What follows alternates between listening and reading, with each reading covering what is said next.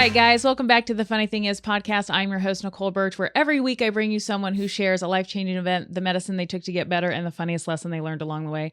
Today, I have a very special guest for you. Not only is he a Superior Court judge, and he is also the author of one of my new favorite books, Every Other Weekend, Coming of Age with Two Different Dads. Welcome to the show, Judge Anthony Mohr. Thanks for having me on, Nicole. It's great to be here. Yeah, thank you. Yeah. Okay, I just told you in the lobby that I read this in a day and a half. I'm obsessed with it. Not only is it my favorite era, it's post-World War II. Your description of that time was so incredible. Like, not only were you growing up in that, going to school, I think you even talked about like doing drills for like bomb drills, fire drills, earthquake drills. Yeah. Just like everything was insane. And then the communist trials and all of that like happening. Crazy time. And then first, why don't you tell us what the book is about? Okay. And then why did you decide to write it now? All right. Well, the first thing I'm going to do is silence my phone. Okay. Because it's going to ring. It'll be a spam caller. Always. Always a spam caller. I have fun with spam callers. Yeah. Oh, I bet. Oh, I do. I basically say, excuse me, who are you? And they tell me, I go, this is Lieutenant Spindler. You've called a crime scene. There's been a murder here. Why are you calling? Oh, that's great. And I start peppering them with questions and they get scared to death. And then they hang up. Yeah. And you never hear from them again. Oh, It's wonderful. I love it. Anyway, why did I write the book? Yeah. I was really encouraged to. My parents had a very close couple, Reese and Doris Halsey, and they ran a literary agency. In fact, it was 2 blocks from this studio at 8733 Sunset. Oh my gosh, so close. Yeah, and they were great people. And when I became a lawyer, at that point, my folks had divorced, had remarried, and my fathers were polar opposites. And Reese and Doris said, write about it. You've got a story to tell. And I said, look, I'm too busy practicing law. Yeah. Well, then I became a judge in, 1994. Right. And they said, once again, write the book. And now I thought, well, I'm too busy being a judge, and judges have to be careful about what they write. Right. So I passed on it. But I kept thinking, I've always liked to write. I worked on my school paper, on my college. You're amazing at it, by the way. Oh, thank you. From the first page, I was hooked. Yeah. It was a dark and stormy night. It was exactly. That's how it starts. Oh, Bruno, she screamed. Oh, Bruno. Right. You got it. Yeah. Anyway, I always enjoyed writing, as I said, for the school papers and all this. And even at the Bar Association, they had a little rag and I used to write for that. But what do you want to write? I figured personal essays are safe. You can do those as a judge. So I started to write them. A few got accepted here and there. Mm-hmm. And then I went to a writer's conference for the fun of it, and I was encouraged to make the essays longer and link them into something, a longer project, if you will. Right. Then COVID came along. Oh, okay. The courts shut down. I'm sitting there twiddling my thumbs and watching soap operas or whatever my wife wanted to watch. Right. And spy movies, actually. Oh, good. But I said, okay, maybe I should turn this into a book. And I did it. It took about a year and then the following year in 2021. But I got it done, peddled it around, got a publisher, and here we are. Yeah, I think it's great because it's like it shows that you're growing up with 2 larger-than-life men. So your father, who is Gerald, we'll call him Jerry. Right, that's fine. Mohr. And then your stepfather, Stanley Dashew. Right. And like you said, they could not be more opposite. Oh, you name it, they were opposite. I mean, just like reading going back and thinking of your dad, who was a radio actor and then a screen actor. And I just want to say so the thing is it says that through the story, we see Stanley, your stepdad, star rise while Jerry's falters. And one of the tragedies of this is your dad had so many credits that had he been working today, he would have been financially fine. Yeah. Because we have, syndication and residuals and all these things. He was in everything. Yeah. And like the actors and people that he knew, and Abbott and Costello, and then like you talk about James Garner, who's like one of my favorite actors. Garner loved him. I know you said there's a quote that he talks about him in that. Yeah. And the list of celebrities that he like rubbed elbows with, that knew him, that respected him. Kirk Douglas. Yeah. Dean Martin, Jerry Lewis. I mean, the whole group. If residuals had existed, he would be perfectly swaddled in wealth. Yes. And it's just the timing of that, which is like Yeah. so heartbreaking. And then your stepfather, when he came into your life, he wasn't the businessman he ended up becoming, He right? was in business. Okay. He had started Dashu Business Machines. Right. And I remember he told, I wasn't there, but my mother told me this when he proposed. He said, "Look, Rita, I could be either a rich man or a poor man, but I love you and I hope you'll marry me." And she took the risk Yeah. and he became a rich man. The company did well. It went public. He built the machinery that embossed and imprinted the Bank Americard, which we now call Visa. Oh my So this gosh. was a very big deal. Yeah. Well, and the other interesting thing, and I think it's early on in the book, and this is just a little slice of the differences, but then also the similarities of your father figures, is that your father worked with JFK and he was in the ballroom. RFK. Or sorry, RFK, and was in the ballroom when he was assassinated. Yeah, exactly. And then your stepfather was asked by Nixon to join his administration, but he declined. Right. Now, Stan initially worked in Grand Rapids, Michigan. So he got to know Gerald Ford and he and a group launched Ford's career. Then he comes out here and his insurance broker is John Kriebel, who happens to be Nixon's insurance broker. Kriebel became ambassador to Finland when Nixon got elected. Right. And they approached Stan to be like deputy secretary or assistant secretary of transportation. Right. Stan said no. He wanted nothing to do with it. He had his own business. He wanted to be independent. Wanted nothing to do with with politics and public life. I mean, it's so, and like, I'm so curious about your mother because she ended up with two very different men, but both very like successful in certain ways. Yeah. At least one point in their life. So yeah. It's interesting, Nicole. When I started to write the book, I really wasn't planning to feature her very much. Right. I would have her here and there.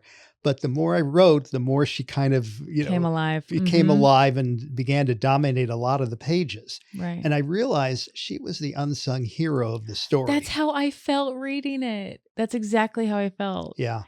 Yeah. Because she still kept, like, even when they first divorced, there were like the letters that she would write and like that it's important for your father to be in your life. And then the New York thing and that you could hear her crying. I was like, oh, that just reminded me of my own childhood. And like, she's such a force. Yeah. Your parents split up as well? Yeah. When I was 2. When you were 2? Oh my. When I was 2. So like a similar, which I don't actually remember them together. Yeah. And I loved your story because it didn't just start with the divorce. It started with when the times were good and the parties that your parents would have. And there was always laughter and industry people.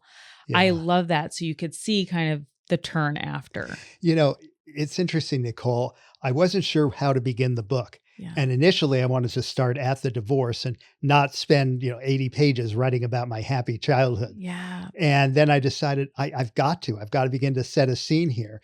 So I did it, but I was really not sure it was going to be the right move. It was. Thank you. Yeah, I feel like that was because, again, I don't have a before time with my parents, but I feel like there was something so rosy about it and something so sweet and innocent. And like, that's kind of the childhood lost is when they get a divorce. Yeah. And that was the times as well. Yeah. The war's over. We're doing well. This is the 50s. It's the big barbecue. Mm-hmm. We're all doing well in our careers. We're all PTSD, but let's have a drink. Yeah. By the way, barbecue. my father didn't drink.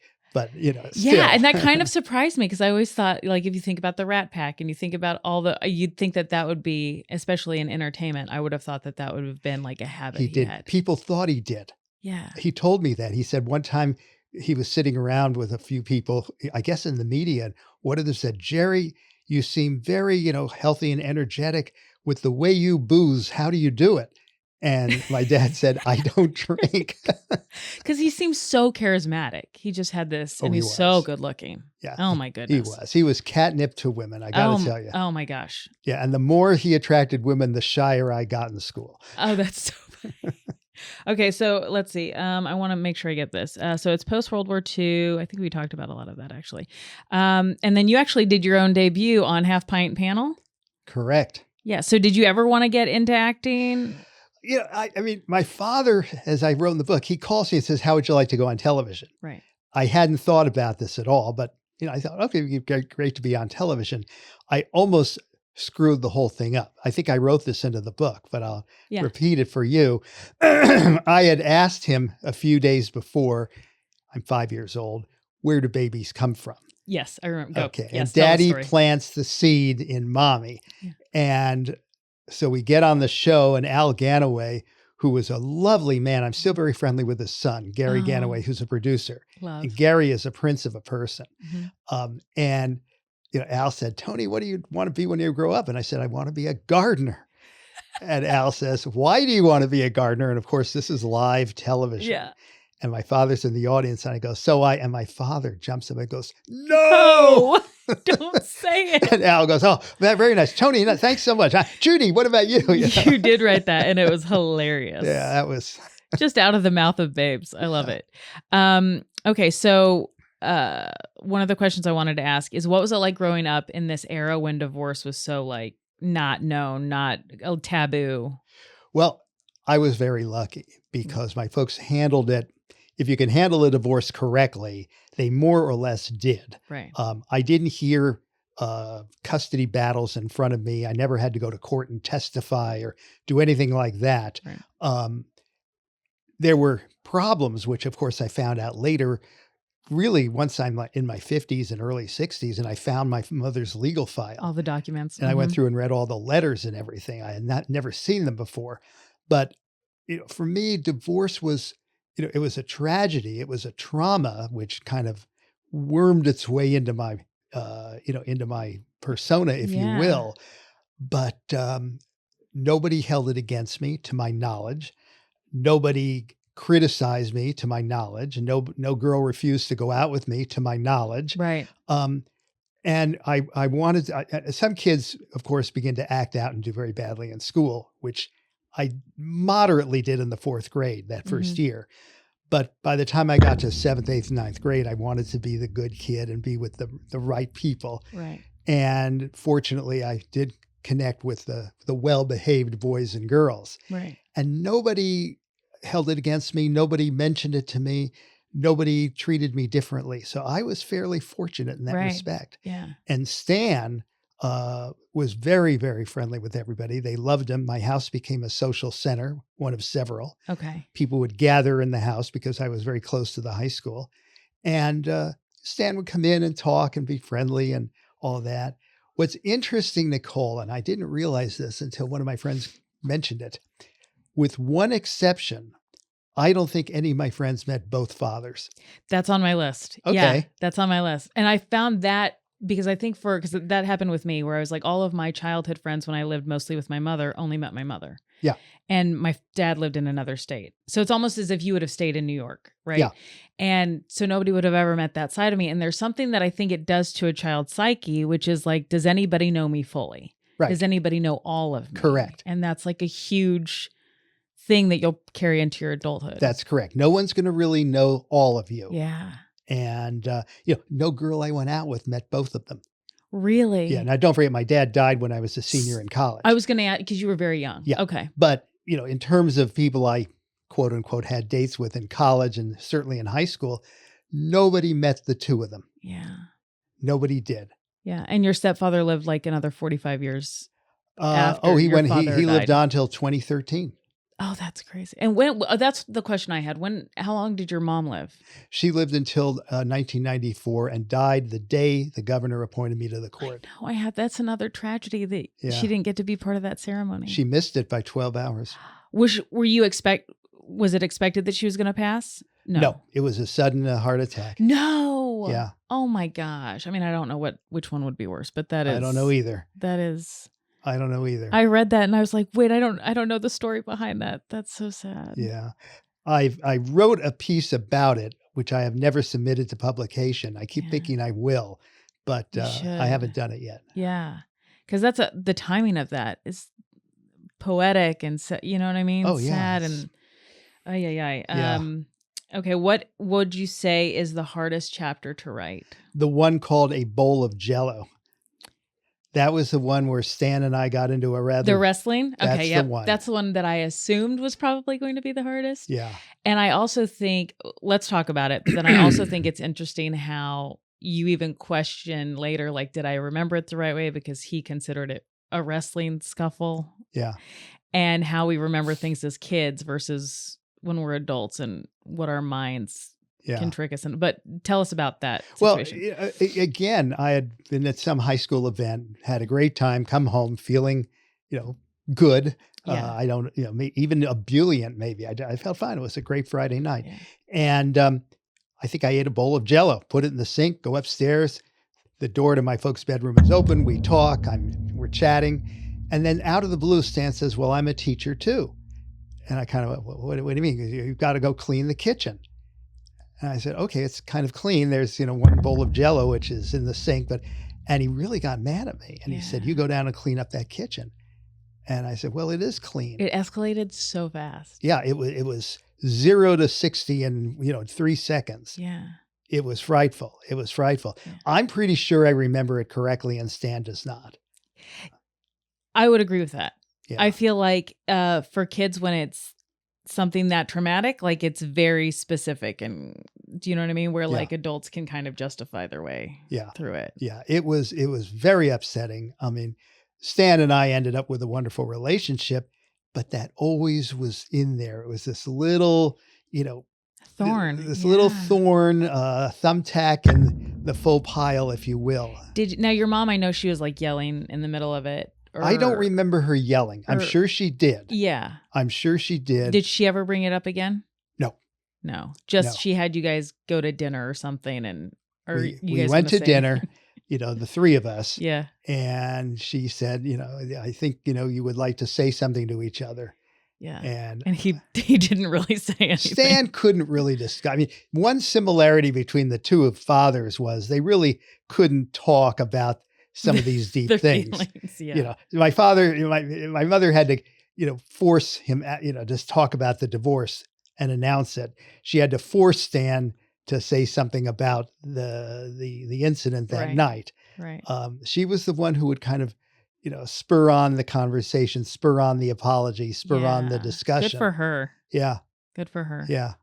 Yeah. That's interesting. But what did it, Nicole? I mean, as I sit here, and it comes did he back, have that? Did he have that like personality trait where he was 0 to 60 a lot, or just? He could be. I'll give you another example.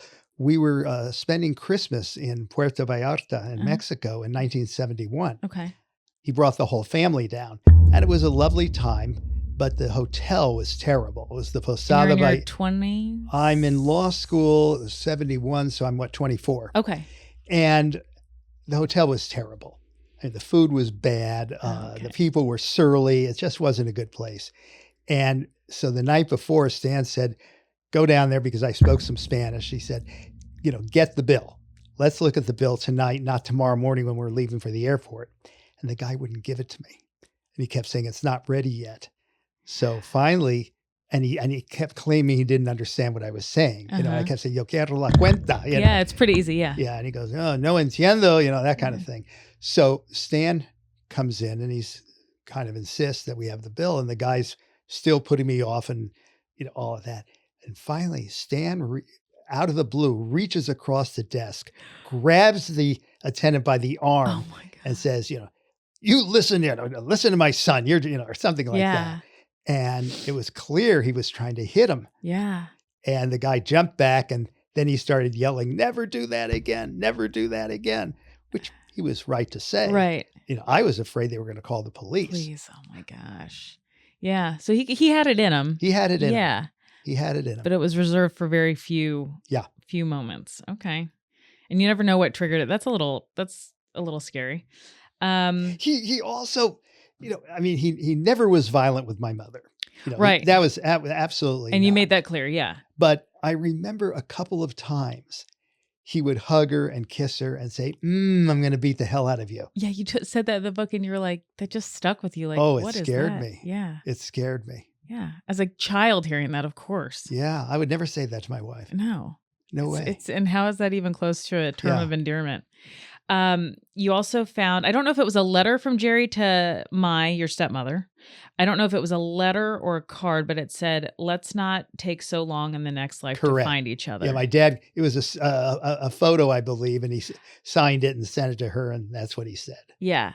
And then that like I felt your heartbreak in that, because there have been moments with my dad and stepmother where, like, when you hear your parent move on into the next person, Yeah. they say something like, "Oh, I finally found the love of my life." You're like, ugh, the weight of that. And my parents, my dad was Catholic, and so in order to get remarried, he had to have an annulment. So in the eyes of the church, Hmm. the wedding never happened. Sure. And so my mom, who'd only become Catholic for my father, Yeah. was cursing the church. You know, I joined this church for this guy, and then he was an adulterer, and then now he's with this woman. Was and was your mom Protestant? She was she wasn't raised very religious, but I think they were Methodist, Got it. but casually. Sure. Yeah. Yeah. And so but my dad's side of the family was very Catholic. And so to get the annulment was like, she goes, the priest that married your father and I was the one that granted him the annulment. Got it. And I was like, oh, what a stab in the, Yeah. you know? Yeah. What was that like for you, like when you read it in your own words? It says, let's, in the next life. Yeah. It hurt. Yeah. It hurt. First of all, their marriage was not a good marriage. Exactly. When I read that, I was like, oh, because what sounded like what you described your parents' marriage to begin with, although I do have a question, because you also said you never understood they were like high school sweethearts, but you never understood why they were together in the first place. Right. That's how I feel about my parents. Yeah. Like, I kind of get the attraction, but I also get why it didn't work. Right. So what was, I guess, I don't know, like, the marriage sounds really tumultuous with so for him to say that, you just got to be like, yeah, what? I mean, what's going on? Maybe he's just, trying to say something or be nice in a particular moment when he feels good, or he's hopeful about the marriage being Right. made up after a fight. God knows what it was. Exactly. It could have just been a phrase he wrote. Yeah. That did not mean as deep as Yeah. what But we think it as was children. it hurt to read it. Yeah. It really did. Yeah. And I was around for a lot of their fights. I never heard a fight between my mom and dad, Yeah. or for that matter, between my mother and Stan. Yeah. But I heard lots of them between my father and I Yeah. mean, God, probably 15 or 20. Do you still talk to her sons? Yes. Oh, okay. Yeah. We stayed out of touch for a long time. But then I think somewhere while I was a judge, one of them got hold of me, Mm-hmm. and we talked.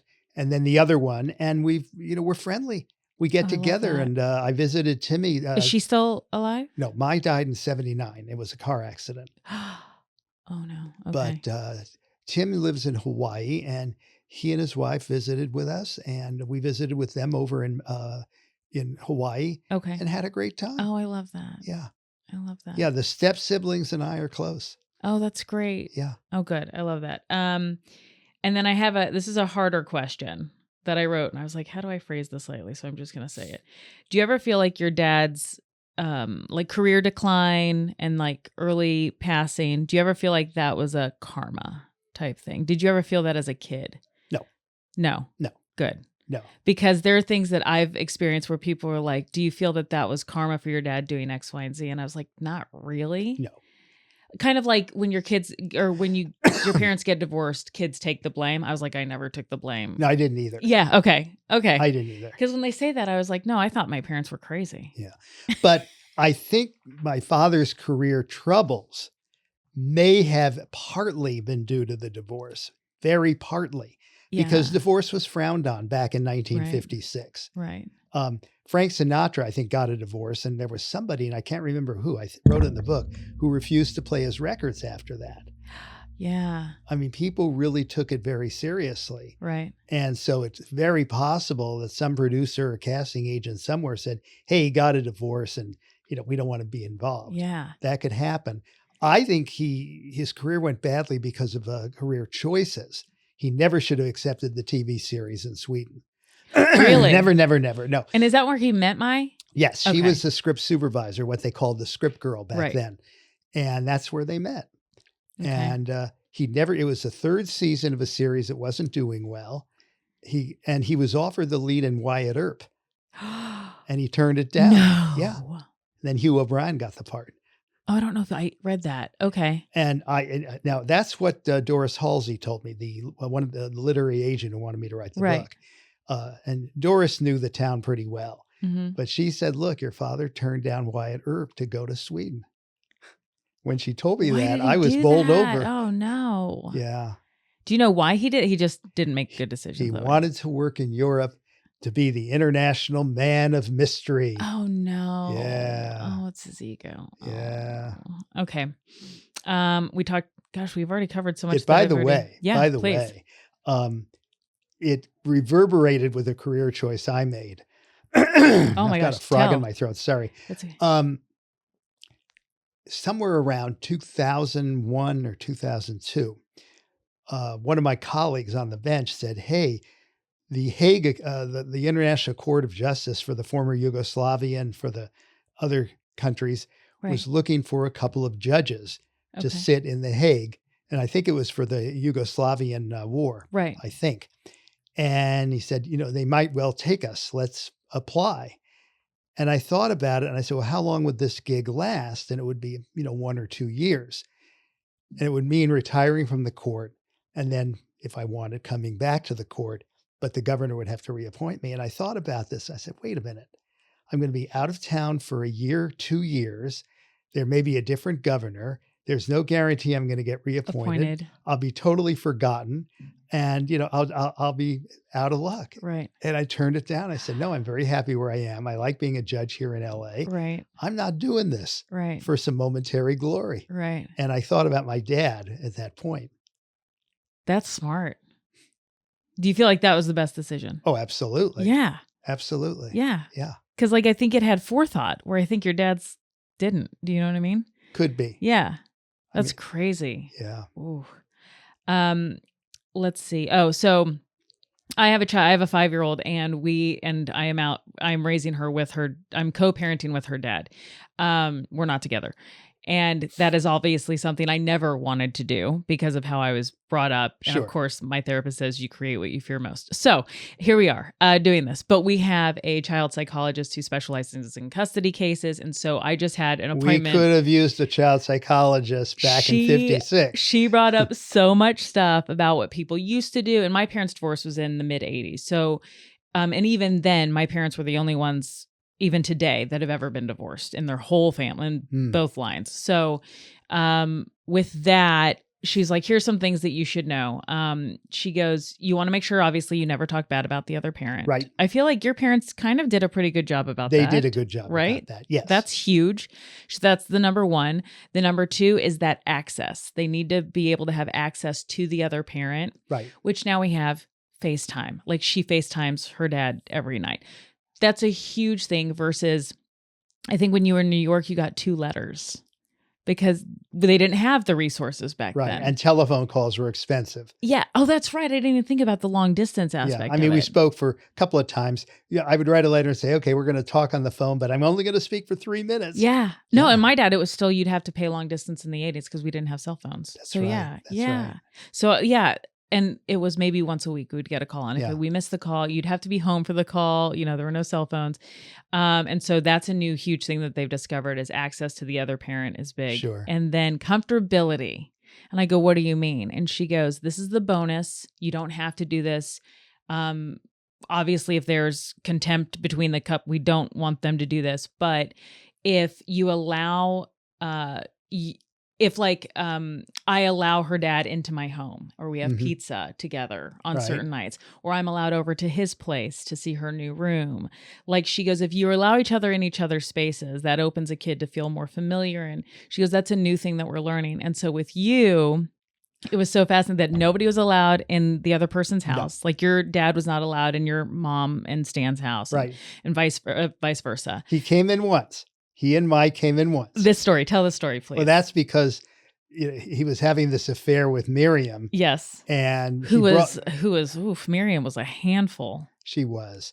I'll give you a very funny story about Miriam. Please do. If this ever got made into a movie, Miriam's character is the cuckoo cuckoo. She's out to lunch. I love it. Oh, golly. I was very glad when he finally broke up with her, ostensibly broke up with her. Right.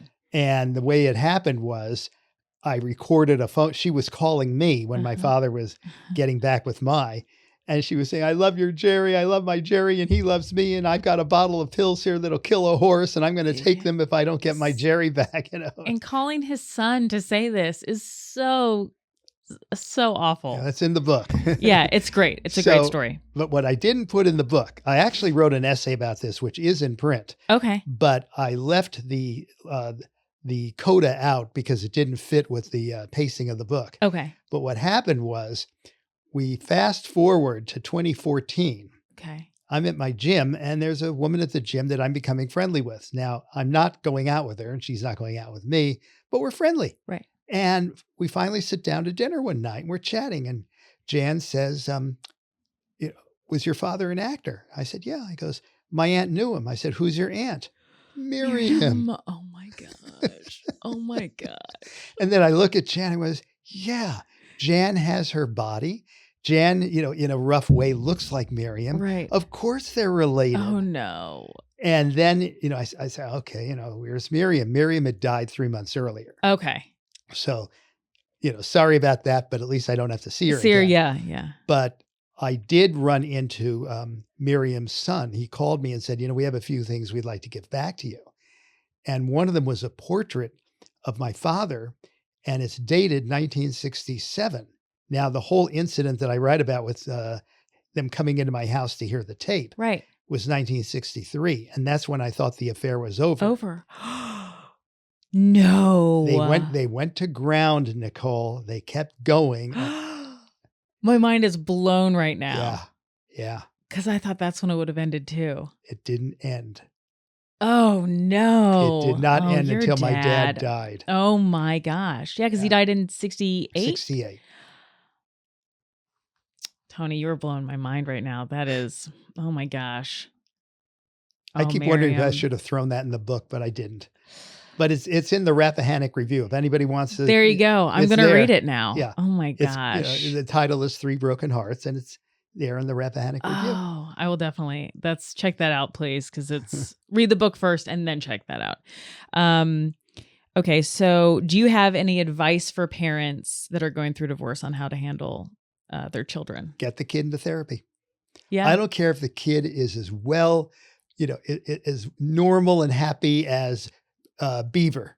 right, right. You know, Ward Cleaver's son. Yeah. And June Cleaver. I don't care if the kid is as happy as you know, as that child or any other child. Yeah. Get the kid into therapy because you really don't know what's going on. Right. Yeah, I feel like even with mine, because I remember just kind of always holding everything. Like I couldn't tell it, I couldn't tell one parent I missed the other parent. It felt like you couldn't have that. Now at least with our daughter, we're very much like, tell me. And like she can call me from her dad's and she's bawling and she misses me and she wants to come home. And we both have a conversation with her and it's like, what do you need right now? But even with that, there's going to be things that they can't talk about. They Right. feel that they can't talk about, Right. even with a loving relationship. And you just, yeah, I think that's really good advice. Let's see. We've talked about so much of this because the fact that your father died fairly young he was overseas when that happened. He was in Sweden. He was in Sweden. Yeah. He had just wrapped a pilot for a new series. Mm-hmm. And I have the pilot. I finally got my hands on it about 2 or 3 years ago. Mm-hmm. And I had the film scanned over to a disc. Right. And it's interesting. This is interesting. He made 2 pilots that didn't get onto that didn't get picked up. One was around 1964. It was Holiday for Hire. I think I've mentioned it in the book. Yes, you did. Yeah. And then this one was Private Entrance. Yep. Private Entrance, I don't think would have made it. It was an interesting, but not really as good as the others. Right. Holiday for Hire was fabulous. Okay. I thought it was great. And when I watched it, which is now, 2019 or so, I remember saying to my wife, this would never get on the air today. Right. Because I always had this fantasy of, let's get the pilot, let's get another actor, and let's shoot it again and put it on the air. Yeah. You can't do No, that. for that stuff to hold It was up. so politically incorrect, yeah. Nicole. It You was can't. just absolutely, it would start a social media firestorm Yeah. today. Yeah. It- I've even watched training at the Groundlings or whatever. They're like, go back and watch the old SNLs from 1975. And you watch it and you're like, these do not hold up. You can't say those things anymore. So I could only imagine something from the 60s that's it was shot in Acapulco. okay. And it had to do with this very rich heiress who runs away with her diving instructor. Mm-hmm. And so she's in her bikini and she's chasing all over Acapulco in her bikini. Yeah. Okay. So that doesn't work anymore. But at the end, my father helps find her and put them back together. Yeah. And then the family accepts the diving instructor because it turns out I think he's a Rhodes Scholar or something Right. like that. Right. But at the end, my father's walking down the hall of the hotel and there are all these little carts that guys are driving and they're sitting there and, they're all Mexican and he starts mussing their hair like you would to your dog. Oh no. Yeah. Yeah, you can't do that. And I really look at you and say, oh, I'm sorry, this won't work anymore. It won't work anymore. Yeah. Another time, another place. There was another thing that you said, maybe like a third way through the book, where it was after the divorce. Your mom was now with Stan, and then you said you realized that both of your parents were happy. Yeah. So Mike, okay, I just shifted Oh yeah, positions. no, it's fine. It's fine. Okay. I realized both were happy. Happy. Yeah. My mother was very happy. Your mother was very happy, and then your dad was happy. He was probably with Mai. Briefly happy. Briefly. But there was something. Oh, so briefly. Yeah. Oh, so briefly. But there was something really sweet about that where you're like, it was the first time I realized they were both happy. Yeah. How important do you think that is for a kid?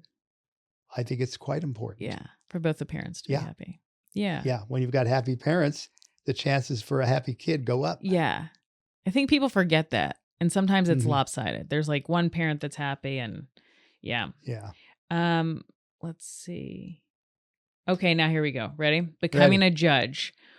Here's what I couldn't find it. I did more digging on the book than I did you being a judge. But what kind of law did you practice to begin with? Mostly business litigation and appellate law. Okay, so not family, because part of me was like, I wonder if you went into family law. I absolutely refused to take a divorce case. I did handle 2. Okay. And they were miserable experiences. They were brief, thank God. And they just convinced me I don't want to do this. I wasn't emotionally equipped for it. Yeah. I didn't like it. I wanted nothing to do with it. Now, when you become a judge, the presiding judge of the court may assign you to a family court. Okay. And I was sitting there going, okay, if this happens, I'll put up with it, but I'm going to keep asking to leave. Yeah. The good news is I never was given a family assignment. Never. I don't think I could do it. I'd be way too biased. I don't know. It's just one of my colleagues was a criminal lawyer. And he did criminal law and he suddenly got into family court and he said, okay, I'm going to get myself out of here as quickly as I can. Yeah. And what he would do is say to the couple, all right, here's my order. Husband, I'm giving you the doll collection. Wife, you get the gun collection. There's a friend of mine who's going through like kind of a high profile divorce. And so she wanted friends to support her. And so we all showed up and it was in downtown LA and we're there watching it. And stuff came out that we didn't know about. And I'm sitting there going, oh, there's so much money involved and I did not have any money. So the fact that they're fighting over like tens of thousands of dollars a month. And I'm like, I can barely pay rent. And the judge got so frustrated at one point. She goes, okay, both sides were arguing and the lawyers were arguing and they were raising their voices. And the judge goes, okay, that's enough. I'm going to go back to criminal law. It's going to be easier. Okay, listen. And just like the whole room just started like the couple or the ex-couple was definitely not laughing, but at least the lawyers got a chuckle out of it because they were like, she's like, I'd rather deal with murderers than you people. I've tried murder cases. Yeah. I've tried a rape case. Oh yeah. I sat pro tem on the Court of Appeal for a little while. Okay. And I heard an appeal of a gang murder, 3 murders, 4 counts of attempted murder, 2 defendants. One of the victims was a 13-year-old shot to death in front of his mother. Oh my God. No problem. Compare that to a family law case. It's a piece of cake. Oh my gosh. Because it's just so, I don't know. It just feels so gross, muddy. I don't know. Look, there are people who do it and do it very well. Mm-hmm. I know several judges who love family law. Mm-hmm. Like there's a guy, Scott Gordon. He's retired now, but he's a mediator. Scott's top of the line in family law. It's his gift. It's his gift. You would want to go to Scott if you needed, a mediator, somebody. Right. And there are others like that as well. Leslie Green does a lot of family law, and she's very good. God love them, God bless them. Not I my thing. can't do it. Not my thing. Not my I'll, thing. give me a good murder case, give me a good And I'll class do action, it. I'll be happy. Okay, I want to read this. This is this pertains to you being a judge. So, Okay. watching my father's trajectories made me cautious, like most judges I know. After vicariously riding the Stan and Jerry roller coaster, I opted for a calm life on the bench, growing old with steady, modest government pay, along with the opportunity to help people resolve their battles and move on with their lives. In addition, judging has provided the ability to watch my own private movies, otherwise known as trials. Some are funny, others tragic. They've made me laugh or cry, but always privately in chambers. And regardless of the verdict, I'm not facing personal disaster. I wrote that? You did write that. It's very good. Oh my God. Because I feel like, it wasn't AI, I promise you. but it's also like if you want a judge, you want somebody that has passion for what they do, derived from their upbringing or derived from their, but then you also have a detachment where you're like, oh, you have to be very detached. Yeah. I mean, I have listened to cases that are absolutely heartbreaking. Right. And you just sit there and, impassive. Yeah. And if it gets too bad, one judge gave me some very good advice. She said, find a point on the other side of the courtroom, maybe above the clock or the door, and keep your eyes on that point. Just keep looking at that point while they talk about all the heartbreak. Oof. That's why judges can stay so composed. Yeah. Oh my gosh. Yeah. She gave me very good advice. I did that a couple of times. Yeah. I imagine that's a very hard job because like judge and jury, like that's the whole, Yeah. Oh my gosh. Okay. So what are some things now that you're an adult that you recognize about your fathers that you didn't understand as a child? Well, look, they both had a grocery list of faults, but they were good men trying to do their best, trying to do their best for me. Right. And always trying to do the right thing. They weren't trying to hurt me. They weren't ignoring me or anything. They just were trying. Right. But they had a lot of faults, and sometimes those faults eclipsed whatever good efforts they wanted to do. Yeah, there's something I read recently where it said, if you look at your parents through the prism of they were doing the best they could with the tools they had at the time, that was really hard. That would have been really hard for me to hear like late teens, early 20s. But now that once I became a mom, then I could look at my mom and be like, oh, now I know why it was so hard for you. Sure. And you only get that in adulthood with time. Yep. Okay, so let's see. Okay, last question. Because you don't have kids. No. And that's a conscious decision, I assume. It was. I mean, what I basically, the times I would quote, get serious with somebody, I said, look, it's your call. Right. Okay. I'm not eager to have a child, but you want a kid, look, I love, we'll get married. I'll go for it. Right. And I'll do my very best. Do you think it was because of the upbringing or just personal desire? I don't know. Yeah. I don't know. Yeah. It's interesting. Yeah. I keep wondering if I would have been a good parent. My wife says I would have been. Yeah. You're a judge. I think you would have been a great parent.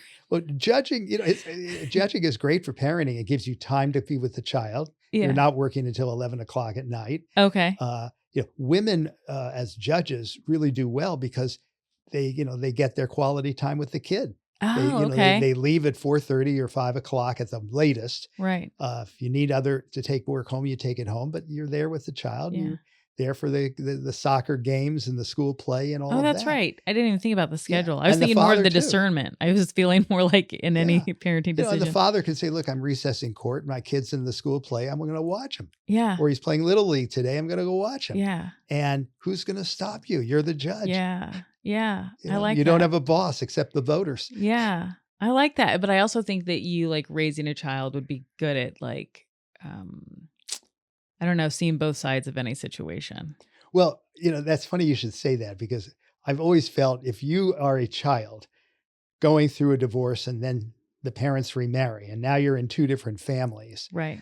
Unless you want to be a scientist or a doctor, an engineer, become a judge. Yeah. Because you are getting the best lessons in navigating two different cultures. Yeah. One weekend it's like you're living in Japan. The other weekend it's like you're living in Spain. Right. And you're beginning to see both sides of an issue.